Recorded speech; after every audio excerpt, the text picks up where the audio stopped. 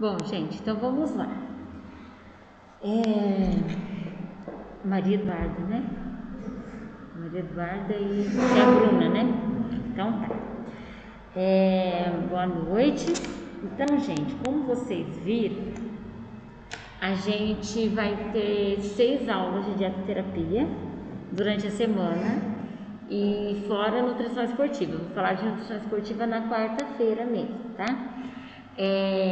Claro que assim, é uma disciplina pesada, não é fácil, porque assim, não porque é muito, não é porque ela é trabalhosa, porque dietética dava um pouco de trabalho, né? Mas ela é muita coisa pra gente estudar. Então, ela acaba sendo bem, né, assim, é uma carga, né? E junto com isso tem nutrição esportiva também. A fisiopatologia, a Tati já conseguiu dividir, trazer um pouco da fisiopatologia para o semestre anterior, e isso os alunos adoraram quando ela fez isso, porque antes eram 6 aulas, se não me engano, de fisiopato. Fora, né, todo o resto. Vocês têm materno também, né? Que também é meio carregada e é uma disciplina deliciosa, assim.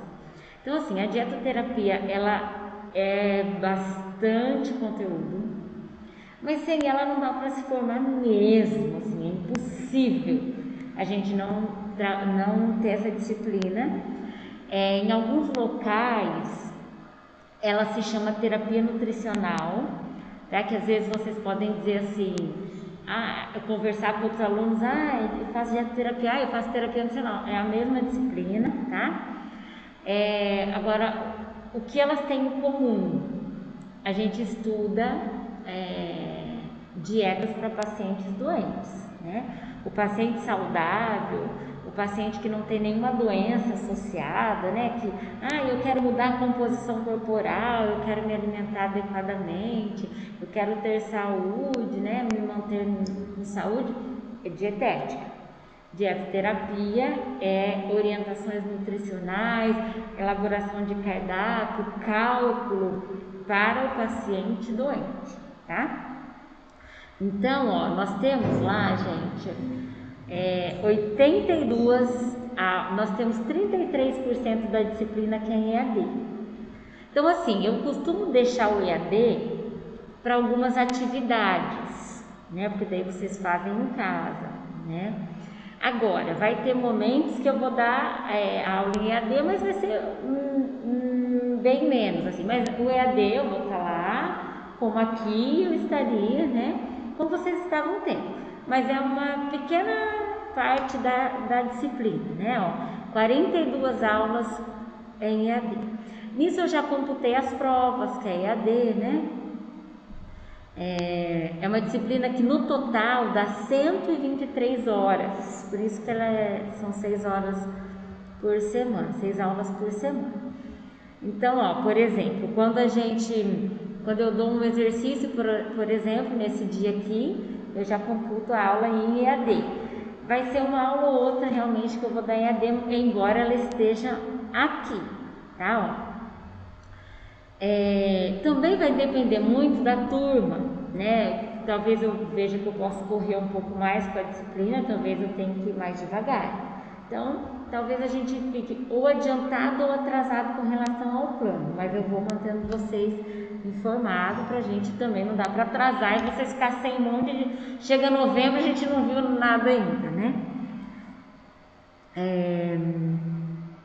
Nós temos formativas, né? Claro.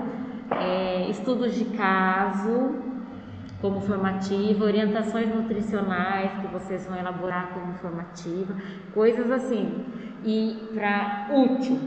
Inclusive, eu quero assim que a gente faça, vai ter uma formativa do próximo semestre, do próximo bimestre, bem bacana, assim, para a gente formular as orientações, mas eu não quero, eu quero novamente retomar igual eu fazia no começo, corrigir com o grupo e para a gente poder depois fazer o nosso manual de orientações nutricionais, entendeu? O nosso próprio, não assim, cheguei lá no estágio, eu vou lá procurar uma orientação nutricional para câncer. Não, vocês já vão ter, corrigida por mim e por você, e recorrigida, tá? E aí vocês podem imprimir ou vocês podem ter no computador de vocês, tá? Querem anotar aí, ó, a nossa avaliação até o momento ficou para o dia 27 de setembro e a nossa primeira formativa, gente, já é na próxima semana. Mas é bem tranquila essa formativa, tá? Dia 9/8 que a gente vai dar início nela, tá bom? No próximo bimestre, a nossa prova ficou para o dia 24 de novembro e nós temos como formativa, a formativa vai começar no primeiro dia de outubro, tá? Ainda no primeiro bimestre, a nossa segunda formativa ficou para o dia 15 e 17 de setembro, que são estudos de caso de terapia nutricional, que vocês ainda vão aprender, tá? Nosso exame ficou para o dia 10/12, mas não vamos pensar nele agora. Certo, pessoal? Então vamos começar, porque a gente não dá nem pra gente perder muito tempo na nossa disciplina, tá?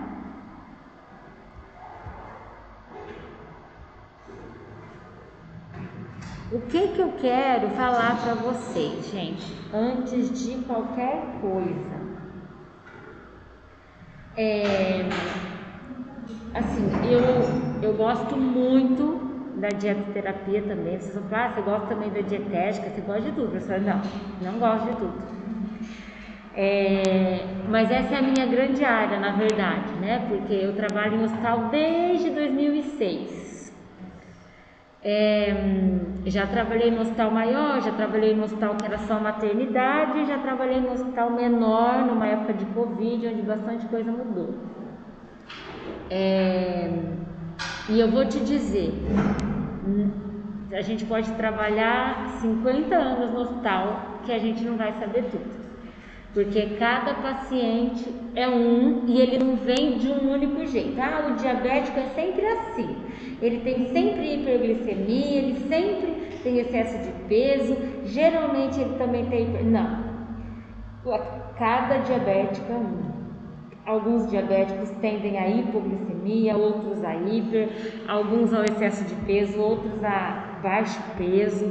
Uns vêm com mais 5 doenças, outros vêm isolado, outros vêm com mais 2, outros vêm com câncer junto.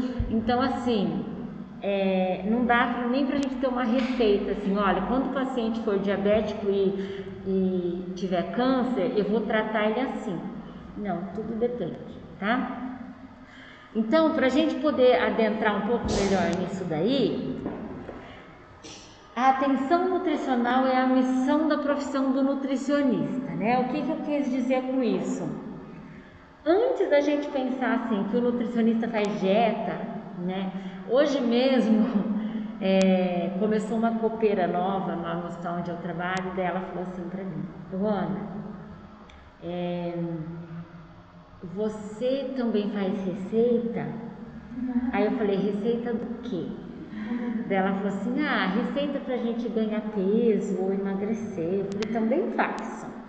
Ai, que legal, não sabia que você fazia.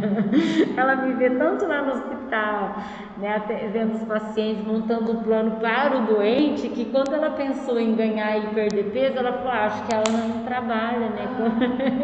A Ana, acho que é só quem está no consultório que faz isso, né?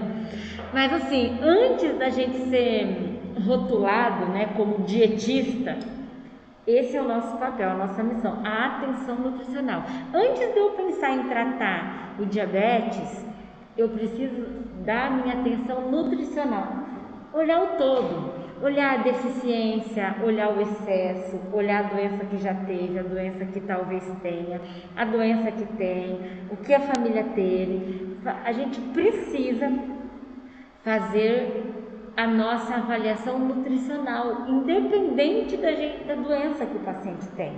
Porque às vezes a gente fala, ele veio porque ele ele é obeso, já sei, tal. Não, calma aí. Antes da obesidade, né? O que está por trás da obesidade? Então, a aplicação da ciência e da arte da nutrição humana para ajudar pessoas a selecionar e obter alimentos com o propósito de nutrir seus organismos em estado de saúde ou doença ao longo do seu ciclo vital. Então, é nessa hora que a gente vai usar. E não é só fazer cardápio, não. O modo que a gente aborda o paciente, o modo que a gente enxerga a doença dele, o modo que a gente entende. Por exemplo, um paciente obeso, eu costumo dizer assim, que se ele não tiver em tratamento, usando uma medicação que acelere muito o ganho de peso dele, se ele não tiver uma doença que leve à obesidade, ele não é obeso porque ele quer, né? Se ele não tem uma doença que faz isso, se ele não toma alguma medicação que faz isso, você acha que quem que come para ficar? Eu quero comer porque eu quero ser obeso, né? A pessoa pode querer comer para poder ganhar peso, porque ela quer ganhar músculo, mas de verdade acho que eu nunca encontrei alguém que falasse assim, Helena, eu quero ganhar peso porque eu quero chegar à obesidade. Então quem está lá e não tem nenhuma doença que levou a isso, ela tem alguma dificuldade em executar práticas saudáveis, não é? Ou a pessoa que é obesa, ela tem facilidade de ser saudável? Não. Então veja bem, como que a gente pode ajudar aquela pessoa que está tão habituada naquele mundo, naquele tanto de comida, naquele tipo de comida, ela gosta daquilo, ela tem prazer naquilo. Você tem que ir muito além do que montar um cardápio, né? Você tem que traçar estratégia, objetivo, você tem que ver o que ela tem de bom, né? Muitas vezes a gente precisa de um psicólogo, a gente precisa de um médico junto. Então a dietoterapia não é uma simples receita, tá? Um simples cardápio também que a gente tem que elaborar.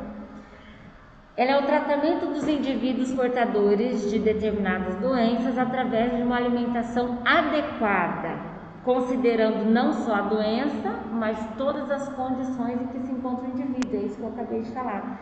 Eu tenho que pensar na obesidade e naquilo que vai evitar a obesidade. Mas antes disso, eu preciso ver qual é o ambiente que ele vive, por que ele gosta daquilo, por que ele pensa tanto em comer, né? Qual é o hábito? Por que ele só compra aqueles alimentos, né? Por que na casa dele, a hora que a gente abre a geladeira, ou ele conta, né, da rotina, tem tanto alimento industrializado, sendo que o Globo Repórter, né? O Globo Repórter fala tanto, né? Como é que é o nome daquele programa, né? Da Globo, eu nem sei mais se passa, como que é? É de casa, não. Bem-estar. O bem-estar fala, o Globo Repórter fala, não é? Vamos falar que é verdade. Tem que comer pouco, tem que comer pouca gordura, tem que tomar água, tem que comer salada, fruta, né? Então isso qualquer um fala. Eu costumo dizer, até o papagaio fala isso. A gente tem que ser mais do que isso, né? Então a dietoterapia é quando eu modifico a alimentação normal, aquela alimentação trivial, para alcançar o objetivo de uma doença, de um comportamento que não está adequado, tá? Ou qual que é o outro objetivo? Recuperar a saúde. Então, um objetivo que eu tenho é tratar, recuperar, e um outro é prevenir. Mas a prevenção entra lá na dietética, mais do que na dietoterapia, tá?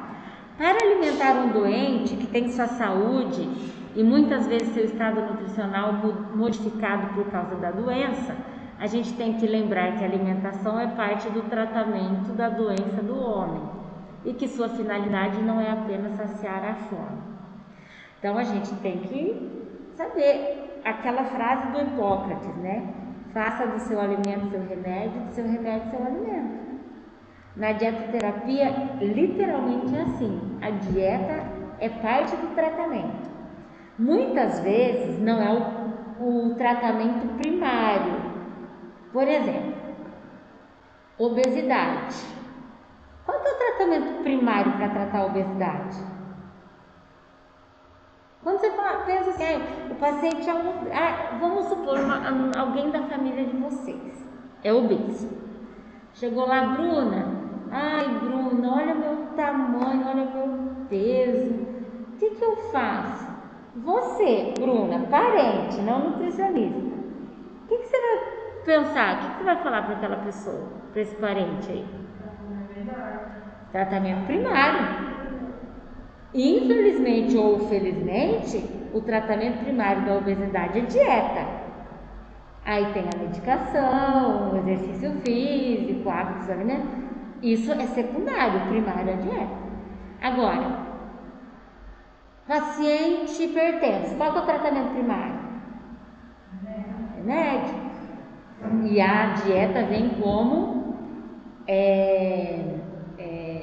ajudante, né? Como coadjuvante da dieta, tá? Na dietoterapia, o manejo terapêutico deve ser adequado. Então, a doença, a causa e ao estado nutricional. Então, eu tenho que casar tudo. Vamos pensar no obeso. Eu estou dando bastante exemplo de obesidade, mas a gente pode, né? Porque nós vamos falar de várias doenças. Por exemplo, eu tenho que adequar a dieta à obesidade, à causa daquela obesidade. Vamos pensar, o paciente, ele é obeso por quê? Porque o hábito dele é comer alimentos ricos em gordura saturada, ricos em sódio, industrializado. Então, eu tenho que fazer um cardápio que, além de adequar a obesidade, que melhore esse hábito, e eu tenho que pensar no estado nutricional dele também, que é a obesidade, e quais os prováveis problemas nutricionais que ele pode ter, tá? Ao estado de digestão gástrica, eu também tenho que pensar nisso. Não adianta, gente, fazer uma dieta maravilhosa para o paciente. Por exemplo, um paciente com diarreia. Não adianta fazer um cardápio maravilhoso para ele se ele não vai conseguir fazer digestão e absorção dessa dieta. Então, eu preciso pensar em algo. Por exemplo, o paciente com gastrite, ele tem dor no estômago quando ele come. Adianta eu fazer um maravilhoso cardápio se toda vez que ele come ele se sente mal? Então, eu preciso pensar em alimentos que facilitem a digestão dele, né? Então, eu preciso pensar no estado digestivo. O paciente desnutrido, por exemplo, se ele está desnutrido é porque ele não come há um tempão. Né? Porque eu não fico sem comer uma semana e fiquei já com baixo peso, né? Então ele já está comendo mal faz um tempo. Se ele está desnutrido, ou seja, com baixo peso, então o intestino dele também não é alimentado, as bactérias não são alimentadas. Se eu pegar um paciente desnutrido, fazer um cardápio maravilhoso, rico em proteína, em carboidrato, vitamina e mineral. Gente, se ele está desnutrido, ele não consome alimentos adequados há muito tempo e até o inadequado ele não consome, ele não vai aproveitar metade do que eu estou oferecendo para ele. Porque o que ele comer, ele vai ter diarreia, porque o organismo dele está acostumado a quase não comer. Então, eu preciso pensar na doença, no estado nutricional, na capacidade evolutiva, digestiva e no estágio da doença. Por exemplo, um paciente com gastrite. Vocês já ouviram falar de pessoas que têm gastrite e falam assim, eu tenho gastrite nervosa. O que é essa gastrite nervosa? Não é uma pessoa que tem dor todo dia, já é uma gastrite crônica, né? Ela tem momentos que ela entrou na fase aguda, quando ela come alguma coisa muito gordurosa, muito rica em fibra, com digestibilidade ruim, né? E uma outra possibilidade é quando ela come, deixa eu pensar aqui, se ela come uma coisa difícil ou ela tem a gastrite, mas ela tem uma alimentação adequada e não está doendo. De repente ela passa um estresse e começa a dor. Então assim, tudo depende. Naquele momento de dor, que a pessoa está com a dor aguda ou com a gastrite aguda, o meu cardápio é a minha orientação para aquela pessoa é uma. No momento que a gastrite dela é crônica, saiu da fase aguda, mas ela está ali, mas ela não tem dor, mas ela está ali para tratar. O meu cardápio é outro, então eu preciso pensar no momento da doença. A gastrite agudizada é uma coisa, a crônica é outra. A pancreatite aguda é uma coisa, a pancreatite crônica é outra. E assim vocês vão ver, tá? Aos sintomas comuns ou não da nutrição, eu tenho que pensar se tem diarreia, se tem náusea, se tem vômito. Por exemplo, pensa uma pessoa nauseado, eu pego, faço uma papinha de bolacha e dou para aquela pessoa, né? A pessoa que tem náusea, ela gosta de coisa seca ou gosta de coisa papa? Pensa. Você está com vontade de vomitar, daí eu chego assim com uma papinha. Exatamente. Tanto que para náusea, o que a gente faz? Coisa seca. Castanha, não, a castanha por causa da digestão dela não, mas bolacha, água e sal, torrada, coisas que logo cedo faz um creque-creque. Se você der uma papa, né? Então eu preciso pensar até nos sintomas para montar um cardápio e orientação nutricional. Ao estado nutricional, como eu falei, as intolerâncias, às vezes a pessoa está doente e ela, né, é fácil orientar ela tem acesso a várias coisas, mas ela é intolerante a algum tipo de alimento, não adianta eu querer. Você vai comer porque eu quero que você coma. Ela é intolerante àquilo, ou ela tem alergia àquilo, ou não faz parte da cultura dela. Adianta eu falar para o adventista que ele vai ter que comer carne de porco? Não. Né? Então eu preciso respeitar os padrões culturais, né, das pessoas também. Também preciso pensar na parte psicológica e social do paciente. Se é uma pessoa que eu preciso que eu enxergo que ele precisa de auxílio para mudar um comportamento, eu preciso que a psicologia entre comigo. Isso acontece muito no paciente com obesidade e nos pacientes com doença grave, né? O câncer, a doença renal, são doenças que mexem muito com as pessoas e isso afeta. A gente não consegue sozinho, porque não adianta eu fazer o melhor cardápio se ela não quiser, né?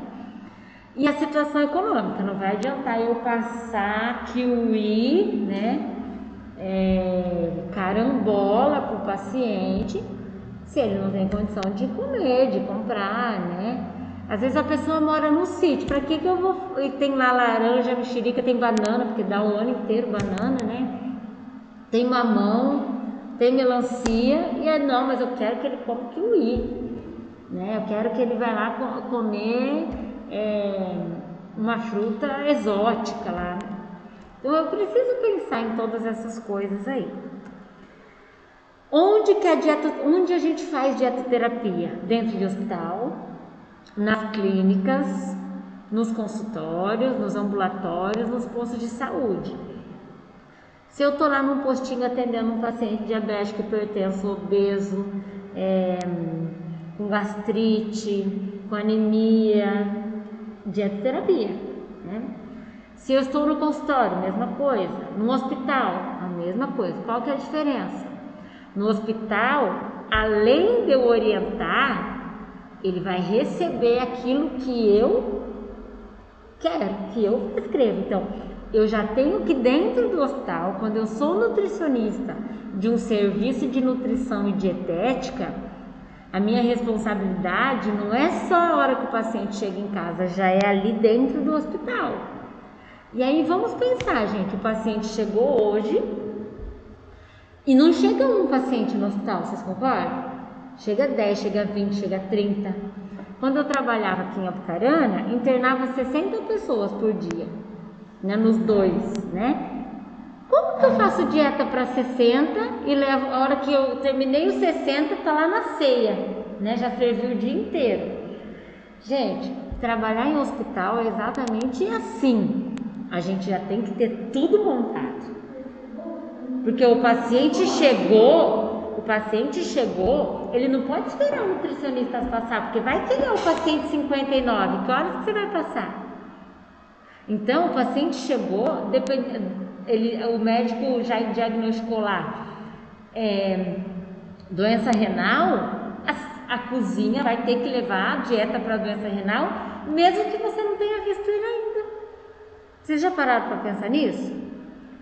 Um hospital de 200 pacientes, leitos, 300. Gente, não dá para a gente ver os 300.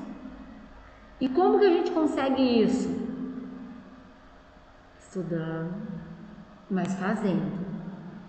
A gente precisa liderar a equipe, a gente precisa ensinar a copeira o que ela vai servir para cada doença, a gente precisa ensinar a cozinheira, a gente tem que ter tudo escrito, porque quem que grava tudo na cabeça? Pensa, coitada da copeira, ela tem que decorar o que ela leva para o diabético, o que ela leva para o hipertenso, o que ela leva para o que está com diarreia, o que ela leva para o obeso. Vocês estão pensando quão grandiosa é a nossa responsabilidade ou não? Não, a gente surta, mas depois a gente recupera. Então, assim, a gente faz dietoterapia em vários locais, mas o lugar mais complexo é dentro do hospital. Aí, como eu disse, tem a dietoterapia primária, né, como é o caso da obesidade. Tem a dietoterapia que é utilizada junto com agentes terapêuticos, por exemplo, o diabético. Ele usa uma medicação ou a própria insulina e a dieta que vai ajudar no tratamento. Ou ela pode ser a base de outras formas de tratamento, por exemplo, melhorar o estado nutricional antes de um processo cirúrgico. Veja bem, isso acontece muito. O paciente interna e ele está desnutrido. E, gente, vamos pensar agora. O paciente desnutrido é um paciente que perdeu peso. E ele não perdeu pouco peso. Se ele perdeu peso, ele também perdeu músculo. Porque até quando a gente perde de forma saudável, a gente também perde músculo. A gente perde gordura, mas a gente perde músculo. Se ele está desnutrido, gente, a musculatura dele está sendo usada como fonte de energia. Ou seja, ele está num estado catabólico, de quebra de tecido para a produção de energia. Agora vamos pensar, se ele está nesta condição, ele vai fazer uma cirurgia, ele vai tirar um tumor do estômago. O médico vai fazer a cirurgia, vai, né, cortar o paciente, cortar a palavra, me esqueci. E aí ele vai tirar lá o tumor, não sabe ainda se é maligno ou benigno. É uma cirurgia de estômago, é uma cirurgia de grande porte. Ele ficou sedado, né? Ele vai ser anestesiado, ele vai ser entubado. E depois ele vai ter que começar a comer, mas ele acabou de mexer no estômago, como é que ele come? E veja bem, se ele está desnutrido, como é que é a imunidade dessa pessoa? Ele não come, está desnutrido, está com problema no estômago. Você sabe qual é a chance dessa pessoa conseguir cicatrizar essa cirurgia? Menos que 50%. A pessoa desnutrida, se ela tem déficit proteico e ela está em catabolismo proteico, toda a cicatrização dela vai ser lenta. Por quê? A proteína vai ser usada para outros fins. Qual é o fim? Virar glicose. Vocês vão ver isso na nutrição esportiva até. Vai virar glicose para manter a glicemia da pessoa, porque ela está desnutrida, ela não come. Então alguém tem que dar glicose para ela. A proteína vai ser glicose para manter a glicemia. A proteína vai ser glicose para manter a função cerebral. E daí? O que a gente vai fazer para cicatrizar? Aí, outra coisa, a proteína tem que auxiliar na imunidade e a cicatrização. Então, gente, hoje, antes do paciente desnutrido passar por um procedimento cirúrgico, é nosso papel identificar isso e tentar nutrir esse paciente antes do procedimento. Porque se ele estiver desnutrido, o risco é dessa cirurgia não fechar. Eu não sei se vocês já ouviram falar na palavra fístula. Fístula é um buraco que se forma entre o trato digestivo e a cavidade peritoneal ou a própria parte externa. Por exemplo, faço uma cirurgia lá de estômago, não cicatriza, abre um buraco. Aí tudo que a pessoa come não vai para o intestino, sai do estômago para a cavidade abdominal. Pode dar uma peritonite. Ou, quando não é pior, não cicatriza nem a parte externa, sai para fora. Gente, fístula é uma complicação cirúrgica de paciente desnutrido, principalmente. Pode ser complicação cirúrgica de outros pacientes que não desnutrido? Pode. Mas acontece muito maior, em número maior no paciente desnutrido. Então, olha como é importante o nutricionista enxergar esse paciente antes do procedimento cirúrgico. Geralmente, o paciente, quando ele é diagnosticado com câncer, o médico já encaminha para o nutricionista. Aí ele vai fazer cirurgia daqui a um mês, mas calma aí, até um mês nós temos que nutrir esse paciente, tá? Então, a dietoterapia, ela age como primária, quando ela é, tipo obeso, da alimentação. Diabético, vai ser associado a uma medicação, hipertenso associado à medicação, ou para eu melhorar o estado nutricional. Para isso, eu preciso entender de fisiopatologia, porque elas andam juntas, né? A fisiopatologia e a dietoterapia, por isso elas estão no mesmo ano da faculdade, e vocês já começaram a ver a fisiopatologia antes, inclusive, para agora vocês conseguirem entender melhor parte da dieta, tá? Dentro da fisiopatologia, a gente precisa conhecer a anatomia, a fisiologia, os sintomas clínicos e a aplicação ao paciente, né? Ver a ação dos alimentos dentro da anatomia, da fisiologia e dos sintomas que ele tem. São essas duas disciplinas que tornará possível a prescrição dietética e dietoterápica e a orientação nutricional para aquele paciente que é doente, tá? E que está doente, certo? Até aqui tudo bem? Deu para a gente poder entrar um pouco no mundo assim da dietoterapia? Sim. Tem uma aula que eu vou deixar ela para o final do curso, do semestre. Se nós tivermos a aula disponível, eu quero conversar dela com você, que é só falar do serviço de nutrição e dietética. Como que a gente monta um serviço, o que precisa, mas é bem técnico, então eu vou deixar ela por último, que não é todos os anos que eu abordo essa aula, inclusive, tá?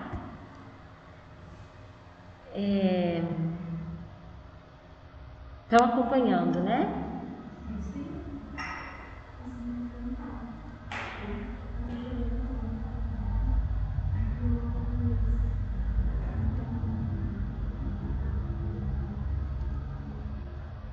E agora, gente, a gente vai falar um pouco sobre a prescrição dietética ou prescrição dietoterápica. Antes da gente começar da gente entrar exatamente na dietoterapia. O que é, Maria Eduarda, uma prescrição dietética ou dietoterápica?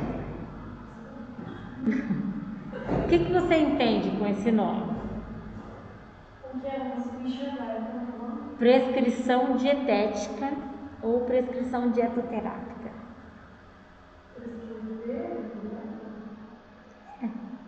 Exatamente isso. Eu vou prescrever uma dieta. Você chega lá no hospital ou no consultório, quando eu vou montar o seu cardápio, eu vou prescrever uma dieta para você. Médico também faz isso quando o paciente interna, mas ele não faz de forma detalhada. Internou, dieta leve, dieta geral, dieta branda, né? Ele põe lá, aí o nutricionista que se vira para dar aquela dieta leve lá, que ele na verdade não estudou para isso, né? Então a prescrição dietética é exatamente isso, é a gente prescrever uma dieta adequada para aquela situação. Só que eu, diferente do médico, sei e devo saber o que vai nessa dieta, os horários que ela tem que acontecer, por que ela tem que acontecer, tá? Então, a prescrição, ela mostra o tipo de dieta. Exemplo, dieta para diabetes, dieta hipocalórica, dieta hipercalórica, dieta hiperproteica, dieta para hipertensão, dieta para insuficiência renal aguda, insuficiência renal crônica, dieta para gastrite, o tipo. A prescrição tem que me trazer para que tipo de dieta é aquela. Se é uma dieta geral, se é uma dieta pastosa, se é uma dieta líquida, tá? Fora isso, eu tenho que mostrar a quantidade, né? Eu faço um cardápio e eu preciso colocar quantidade. Se eu estou no hospital e isso já existe lá na cozinha, as copeiras já sabem qual é a quantidade que ela vai pôr no prato. Vocês já pararam para pensar que até isso é a gente que tem que resolver? Porque você se põe no lugar da copeira. Ela vai lá, internou um paciente, está escrito assim, dieta para diabetes. Tá bom, né? O que eu vou levar para ele? Você que tem que ter ensinado isso para ela. Quanto que eu ponho no prato para ele? Como que eu monto a bandeja? Eu ponho garfo, faca, eu ponho colher, eu ponho suco, eu coloco sobremesa, eu coloco guardanapo, eu coloco palito, eu coloco vinagre, eu coloco limão, eu coloco azeite. Vocês entenderam como são coisas que a gente tem que pensar na vida de nutricionista? Então a prescrição eu tenho que escrever o tipo, a quantidade, a frequência. Por exemplo, de 3 em 3 horas ele vai comer, de 2 em 2 horas, 5 em 5 horas, né?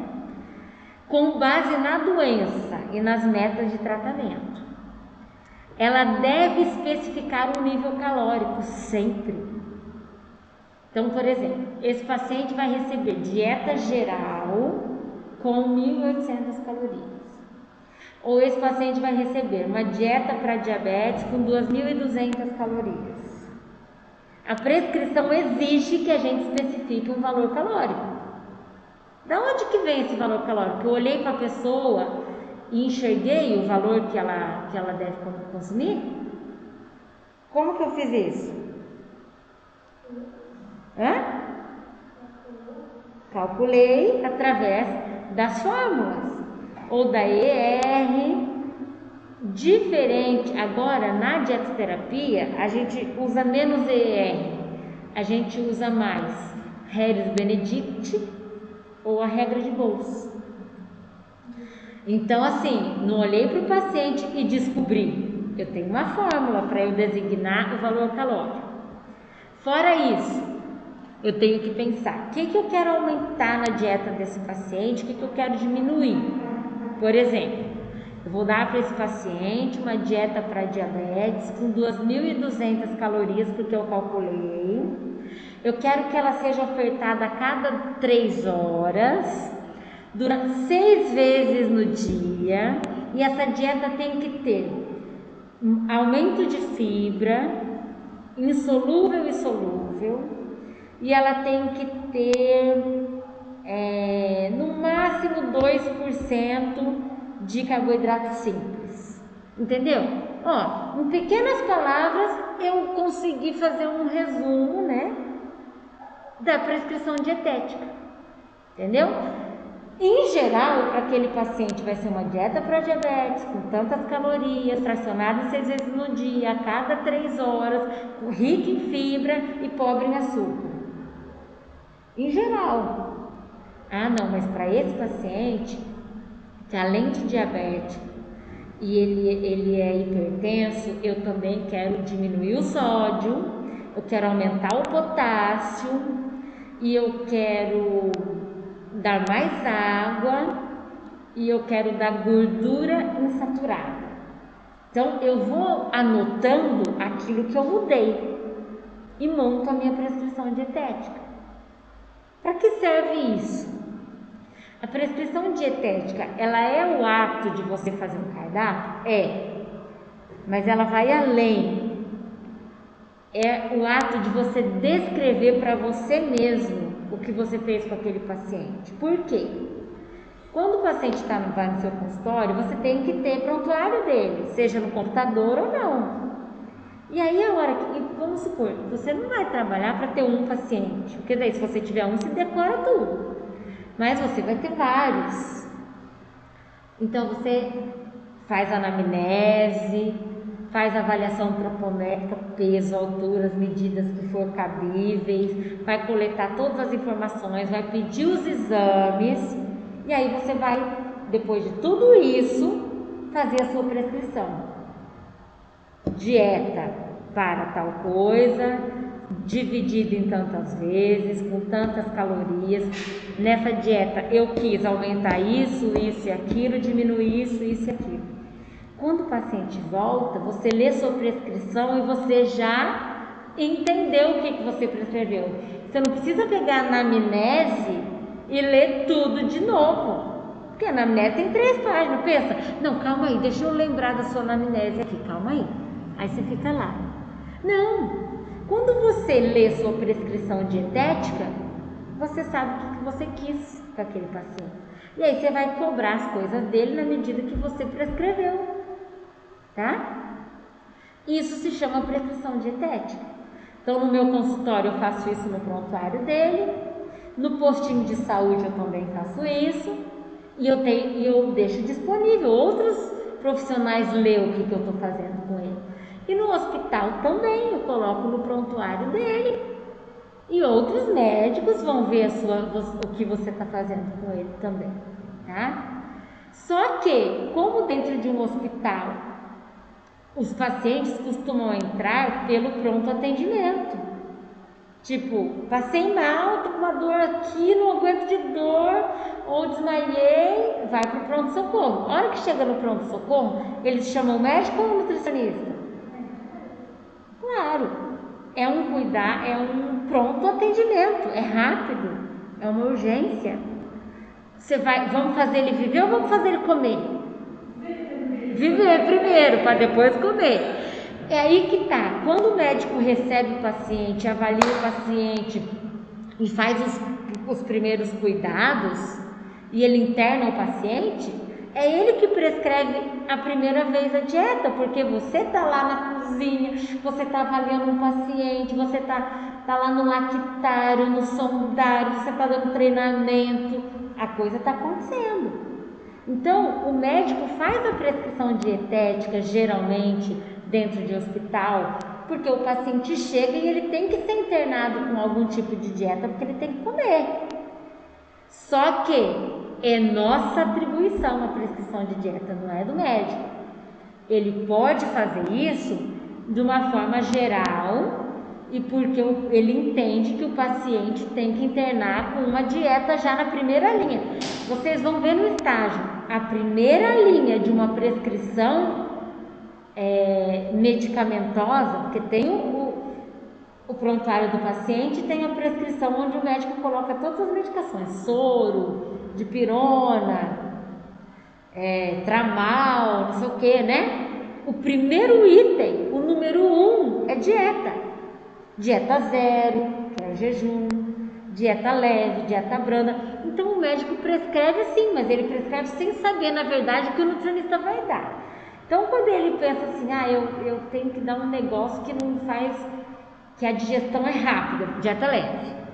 Não, eu quero deixar ele em jejum, dieta zero. Mais uma coisa eu digo para vocês, a atribuição da prescrição dietética é nossa. Está no nosso código de ética. Então, eu tenho autonomia para ir lá e mudar. Doutor, o senhor prescreveu dieta geral. Dieta geral é a dieta que arroz, feijão, salada, carne, fruta. Mas o paciente tem um tumor na língua. Ele não consegue comer arroz, feijão, salada e carne. Então, eu vou prescrever, né, uma dieta pastosa. Tenho que falar para o médico? Não, se você encontrar um médico, você pode abordar ele e falar, doutor, aquele seu paciente que estava com dieta geral, eu mudei para pastosa por alguma coisa. Mas não é uma regra você falar, mas é uma regra você escrever. Então, paciente com tumor bucal, com dificuldade em mastigar alimentos sólidos, conduta, altero dieta para pastosa. Então, eu posso fazer isso. Eu tenho autonomia para isso. Agora, claro que eu não vou tirar dentro do hospital o paciente do jejum. Se ele vai fazer uma cirurgia, né? Não, eu quero que ele coma, então eu vou tirar ele do jejum. Eu não vou fazer isso sem conversar com o médico. Vocês entendem? Então, eu estou dizendo assim, eu tenho essa autonomia, mas eu tenho que cuidar com a mudança que eu faço. Às vezes, o paciente está em jejum por um motivo e a gente não sabe, vai lá e manda ele comer. Aí estraga, aí não dá para mais fazer cirurgia aquele dia.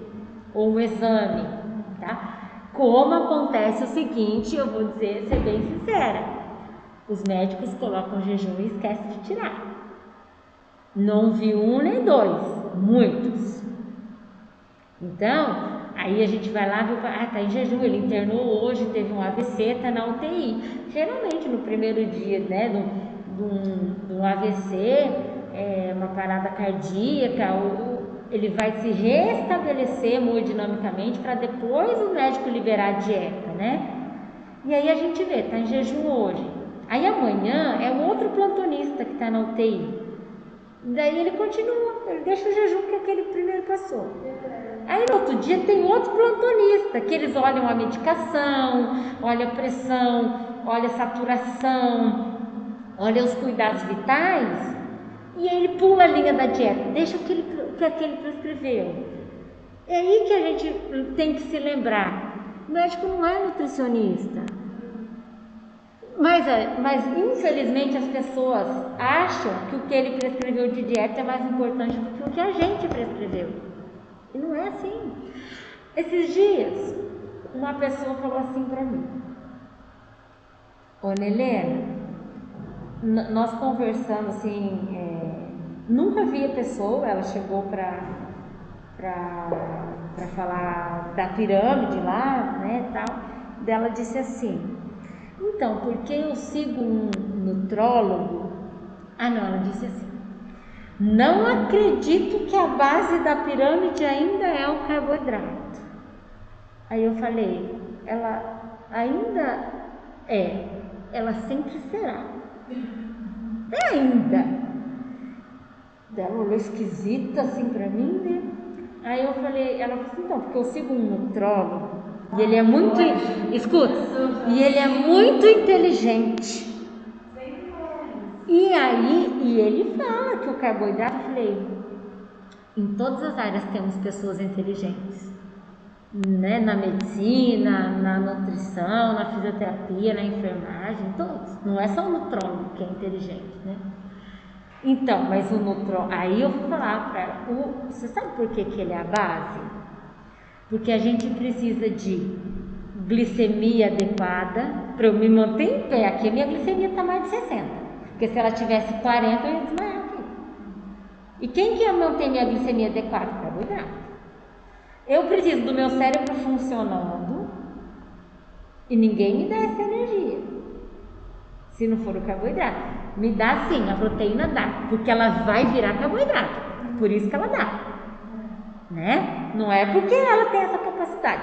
Ela sofre gliconeogênese. Ou seja, ela forma glicose. Então, quando eu faço dieta cetogênica, o meu carboidrato que eu não como vai faltar para me manter com a glicemia adequada. O que acontece? A proteína vira glicose para manter a glicemia, tá? Aí eu falei, então ela nunca vai sair daí. E vou te falar mais. Naquela atividade intensa, sabe aqueles 100 metros rasos da natação que o recordista, né, fez lá em 1 minuto? 100 não, né? 400 metros rasos em 1 minuto. Sabe aquilo?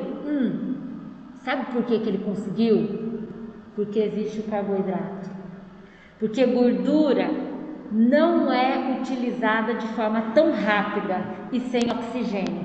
Na hora de nadar 1 minuto, ele não respirou. O único nutriente que a gente consegue fazer produção rápida de energia sem oxigênio é o carboidrato. Ai, mas por que um monte de gente faz musculação e faz zero carboidrato?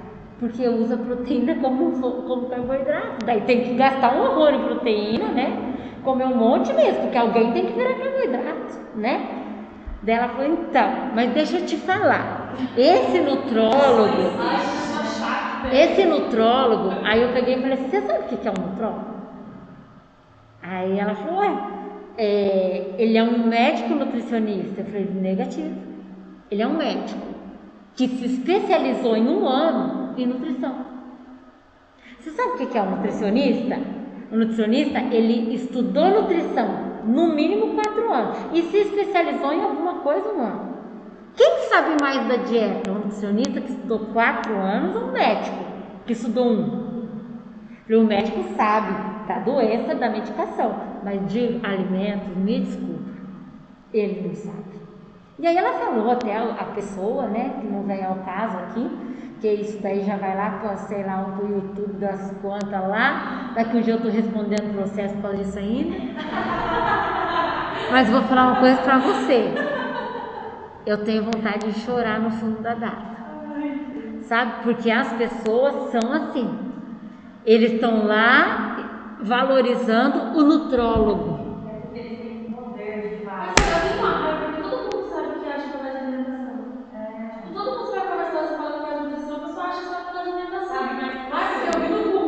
Vi no Google, ele viu igual a pessoa. E eu não acredito que aí ficou, não, é porque ele é. Eu falei, então, você pode até me dizer que ele é muito inteligente. Dentro da medicina ele deve ser mesmo.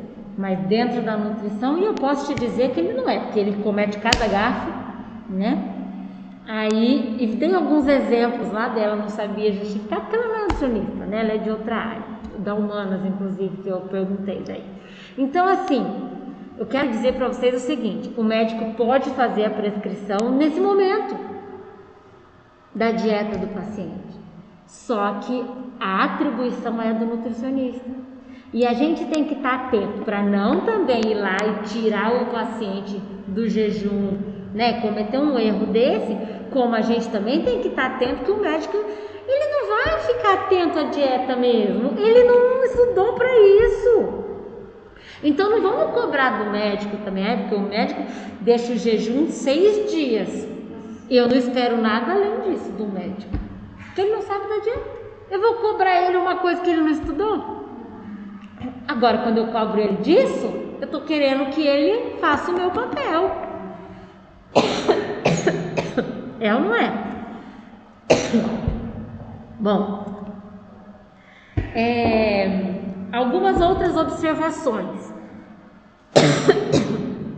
Desculpa, eu pulei um slide. Vai falar dos outros, vai? Não trouxe. Onde fazer a prescrição dietética? Dentro de um hospital, em ambulatório, em consultório, em home care, né? Quando a gente atende em casa. Não é porque eu estou na casa que eu não vou fazer um prontuário para o meu paciente no meu computador, né? Outras coisas que a gente precisa dizer. A prescrição dietética ela é feita na primeira avaliação. O paciente chegou no meu consultório hoje, eu avaliei a anamnese, eu fiz a avaliação dos exames bioquímicos, eu avaliei a história dietética dele, as medicações, as doenças, e eu já consigo prescrever uma dieta, porque eu já sei a doença que ele tem, a provável doença que ele pode desenvolver de acordo com o hábito que ele tem. Então eu prescrevo já no primeiro dia. Eu tenho que entregar essa dieta no primeiro dia? Não, mas eu já monto a prescrição ali, porque a partir da prescrição depois eu posso sentar com calma na minha casa e montar o cardápio, porque eu já coloquei o que eu quero, uma dieta para isso, com tanto disso, tantas vezes ao dia, que tenha mais isso e menos daquilo. Então eu consigo, aí a hora que eu leio a minha prescrição, agora eu vou sentar e vou fazer uma dieta que cumpra tudo isso que eu prescrevi. Pode sofrer alterações no decorrer do tratamento? Claro que pode. Eu posso começar com uma dieta hipercalórica e terminar com uma dieta normocalórica. Eu posso começar com uma dieta riquíssima em fibra e terminar com uma dieta normal em fibra. Eu posso ir mudando a minha dieta. Tudo vai depender do objetivo, né, e de como que o paciente falta para mim. No ambiente hospitalar, ela é geralmente feita pelo médico no momento da internação. É esse exemplo que eu dei para vocês. Não porque é ele que tem que fazer, mas é porque no momento é ele que recebeu o paciente. Então, a resolução de 304 de 2003, então olha para você ver quanto tempo já faz, que é nossa atribuição. Mas a gente não se apropria disso. A gente deixa para o médico e depois ainda vai lá querer achar ruim com ele, né? Então a prescrição dietética compete a nós. Para isso eu devo considerar o paciente respeitando as doenças, a situação clínica, o que ele gosta, o que ele pode, o que ele consegue fazer. Considero o diagnóstico, os laudos, os exames em hospital. Por isso que eu adoro trabalhar em hospital. O paciente ele está lá e ele já tem um prontuário com a doença, com as medicações, ali eu já tenho alguns exames, sabe?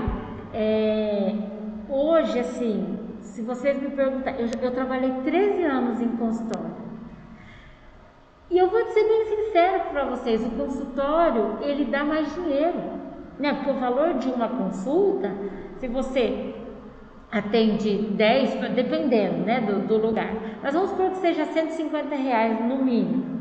Se você atender 10 pacientes, você ganha 1.500, você pode atender 10 em 2 dias, né? Vamos falar a verdade, sim.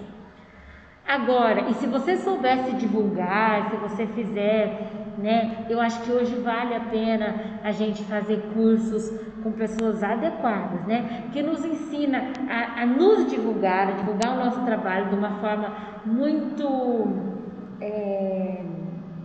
ética, tá? Hoje, infelizmente, ou felizmente, a gente precisa usar a mídia, né? Não dá mais para viver sem, gente, depois da pandemia acabou, né? Então eu penso assim, se a pessoa batalhar pelo consultório, ela vai para frente, sim. E eu trabalhei 13 anos. E aí eu me vi assim, ó, no consultório, no hospital, no restaurante universitário e dando aula na FAP. Eu juro. Quantas horas tem seu dia? Devia ter 48. Então, quando eu não tinha filho, gente, eu trabalhava. Numa época eu estava aqui, eu tinha uma cantina saudável numa escola, eu trabalhava no hospital e consultório, exatamente. E aí, quando eu tive filho, que eu precisei escolher, o que eu desisti foi o consultório. Por quê? Não tem jeito, gente, eu gosto de hospital mesmo. Eu gosto da bucha mesmo, entendeu? O paciente que já vem com um monte de doença, daí já tem um médico já que você já tem que resolver com ele alguma situação, aí tem enfermagem que você também tem que resolver outra, aí tem a farmácia que você resolve outra, aí tem a copeira, tem a cozinheira. Eu falo assim, eu tinha um chefe que dizia assim pra mim, Ana Helena, você gosta de complicar as coisas. Talvez seja esse o meu problema, eu gosto do complicado. Mas assim, com o tempo você vai, não fica tão complicado assim, mas eu gosto do paciente assim mesmo, sabe? Uma outra coisa que a gente precisa dentro da dietoterapia e da prescrição dietética é respeitar a bioética. O que é a bioética? É o que a ética faz a favor da vida. Então, por exemplo, vou dar um exemplo clássico de hospital, né? Vocês vão ver que meus exemplos maiores é de hospital mesmo. Um paciente interna e ele tem câncer e ele está desnutrido, caquético. Sabe o paciente que tem a cara do câncer? Ele está daquele jeito. Cuidados paliativos, né? O que é o cuidado paliativo? O cuidado que não vai mudar o curso da doença, só vai fazer a manutenção vital do paciente, né? Você vai manter o paciente hidratado com soro, com a medicação para ele não ter dor, mas assim, não tem uma medicação que tire ele daquela situação. E aquele paciente é um paciente que, além de emagrecido, desnutrido, caquético, ele está lá quieto não, em coma, ele não fala nada. E aí a família, e aí o médico fala assim para você, nutricionista, vai lá avaliar aquele paciente para mim, ou põe no prontuário, avaliação do nutricionista. E a gente chega lá. Na hora que a gente chega lá, a gente vê isso, é um paciente que está em estágio terminal. E daí? E ele está em coma, ele tem que se alimentar por sonda. E aí eu falo assim, o que eu faço com esse paciente que está ali quase que na beira da morte, né? Eu alimento esse paciente? Vocês já tiveram algum caso assim na família? Eu tive,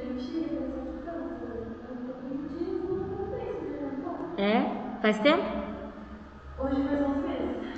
Então foi esses dias. Tá, quando acontece isso, assim, o que eu faço? Eu peço para passar sonda e alimento aquele paciente? Ou não? Aqui que entra a bioética. Eu acho que sim, sonda. Então, nós temos esse procedimento estabelecido, definido dentro das nossas atribuições, inclusive, dentro dos procedimentos em nutrição, mas é o seguinte, eu posso, um paciente em cuidados paliativos, não tem indicação da gente fazer terapia nutricional. Por quê? Não tem indicação, não quer dizer que eu não vá fazer. Porque quer dizer que eu pioro a morte. Né? Tipo assim, eu fico mantendo uma situação que é muito sofrida para aquele paciente. Mas aí a gente para e pensa assim, mas quem sou eu para dizer? Vai que ele não morre daqui 10 dias. É só Deus que sabe. E não é. Então, e aí é que tá, e aí entra várias coisas. Teoricamente, pela bioética, um paciente em estágio terminal não existe a indicação, tá? Porém, se a família, o paciente está em coma, ele não decide nada por ele, mas se a família acha importante, a gente prescreve. Porque também não vai fazer mal, mas não vai tirar ele daquela situação. Vai manter, vai piorar o estado de morte, né? Então, assim, bioeticamente falando, não seria indicado. Mas se a família pede, a gente vai fazer. E aí, o que é importante? Eu lá no prontuário colocar paciente desnutrido, comatoso, cuidados paliativos, sem indicação de terapia nutricional. Porém, família solicita o procedimento. E você prescreve. Você deixa claro que não teria indicação, mas que a família quis que fizesse. Como pode ser o contrário. Eu vejo a importância de passar a sonda e alimentar. Ele não está em estágio terminal, ele é um paciente grave, Mas é um paciente jovem que sofreu um acidente e está em coma, e está entubado. E eu preciso alimentar, mas a família não quer que faça sonda porque vai sofrer. E aí o que eu faço? Eu faço ou não? Não, por quê? Porque o paciente ou familiar, ele tem a decisão. Dentro da UTI, não, porque se ele está em coma, o paciente, o acompanhante não fica lá. Mas assim, se você tem acesso ao acompanhante, ao familiar, quem responde é ele ou é o paciente, se ele disser, doutor, eu não quero ser alimentado por sonda, eu não me alimente assim, você coloca lá, paciente com necessidade de terapia nutricional enteral, porém recusa o procedimento. Entendeu? Por isso que eu digo, gente, não existe uma lei universal dentro de hospital. Cada paciente é um, cada família é um, cada doença é uma, cada sintoma vem de um jeito, tá? Pontos importantes, então, para a minha prescrição dietética. Entrevista do paciente, aplicação da anamnese, vejo o estado nutricional, faço o diagnóstico nutricional, vou determinar a minha conduta, vou avaliar o grau de envolvimento da dieta nos resultados, por exemplo, quando o paciente volta. Por exemplo, agora um paciente consultório, ele veio, eu fiz a dieta, eu orientei ele, eu tracei as estratégias e pronto, agora você volta daqui 15 dias. A hora que ele volta eu vejo se o que eu apliquei funcionou ou não. E aí eu tenho que avaliar a reabilitação nutricional. Será que o que eu prescrevi também está tendo efeito nutricionalmente falando? Como que deve ser então essa prescrição dietética ou dietoterápica? Sempre no prontuário, sempre conter data para você saber que dia que você prescreveu aquilo. Sempre tem que ter valor energético total que você calculou e a consistência. Se é geral, se é pastosa, se é líquida, se é branda, vocês vão estudar cada tipo aí. Com relação aos macro e micronutrientes, qual que você vai aumentar e qual que você vai diminuir? Com relação ao número de refeições ao dia. E por último, assina, carimba, e o carimbo tem que ter o número e a região da inscrição do CRM. Por isso, carimbo é obrigatório. Tá? No prontuário do hospital, da clínica, do postinho, tenha um carimbo com o nome, sua função, seu CRN, com o registro e a região, né? No caso nosso, é o CRN 8. E assim, se não tiver isso, não é uma prescrição dietética, tá? Vamos fazer um exemplo aqui, ó. Um paciente RHF, dia 2/8 de 2013, dieta leve para diabetes com 1.800 quilocalorias, compostas por 50% de carboidratos complexos, fracionado em 5 refeições ao dia. Uma dieta simples, tá? Claro que quanto mais complexo é o paciente, mais complexo é a prescrição.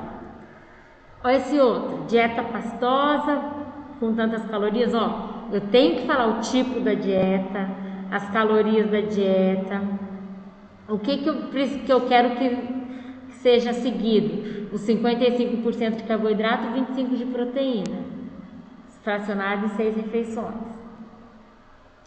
Essa outra, dieta líquida com tantas calorias, tanto de carboidratos, tanto de lipídio, tanto de proteína. Eu posso fazer isso com o mineral, com suplementação de zinco, com suplementação de magnésio, com suplementação de fibra, isso, né? Com o aumento da quantidade de água, tantas ml por quilo de peso. Então eu vou escrever tudo aquilo que eu quero que o meu paciente faça. E aí, para a hora que ele voltar, eu cobrar dele. Ou, se eu estiver no hospital, não é que ele vai voltar e eu vou cobrar. O médico, quando ele passar, a enfermeira, ele vai saber que você está acompanhando e a sua conduta para aquele paciente, tá? Como deve ser a evolução? A evolução do paciente é assim. A prescrição é o que eu vou fazer. A evolução é como este paciente está evoluindo a partir da prescrição. Então, eu prescrevi uma dieta pastosa com 1.500 calorias de 3 em 3 horas. Aí eu volto lá no paciente do hospital no outro dia e vejo, ele está comendo bem? Está comendo todas as refeições que vale? Ele está engolindo ou está engasgando? Teve diarreia? Teve vômito? Teve dor de estômago? Então eu vou escrever a evolução desse paciente, tá? Esse aqui é um exemplo, deixa eu ver que horas. Gente, já é. Vamos só finalizar aqui. Ó, um exemplo de evolução. Dia 5/8/2012. Paciente alimentando-se em maior quantidade, ou seja, 50% das refeições servidas. Ao exame físico apresenta palidez cutânea, sem distensão abdominal, náusea, diarreia e vômito, não demonstra perda de peso, exames laboratoriais demonstram risco nutricional. Conduta, aí eu faço a prescrição dietética. Então, o que é a evolução? É a situação, a minha justificativa para aquela minha prescrição. E todos os dias eu tenho que evoluir o paciente do hospital. O consultório não, eu evoluo a cada 15, a cada uma semana, a cada mês. Cada nutricionista vai ter sua conduta e não é fixa também. Para um determinado paciente, talvez eu preciso que ele venha toda semana. Aquele consegue dar para a gente ficar 15 dias. Aquele outro pode vir uma vez por mês. Aí eu faço a evolução do período, mas dentro de hospital a evolução é diária, tá? E a avaliação nutricional dentro de hospital a cada 10 dias. Então o paciente está lá, internou, eu avaliei ele, fiz peso, altura, circunferência, às vezes é em coma, não dá para eu fazer peso, dá para eu estimar. A altura também eu faço estimativo. Aí, daqui eu vou, todo dia acompanho ele, mas que eu vou fazer peso e altura tudo de novo é a cada 10 só. Certo? Bom, gente, é isso aí. Alguma dúvida até aqui? Não?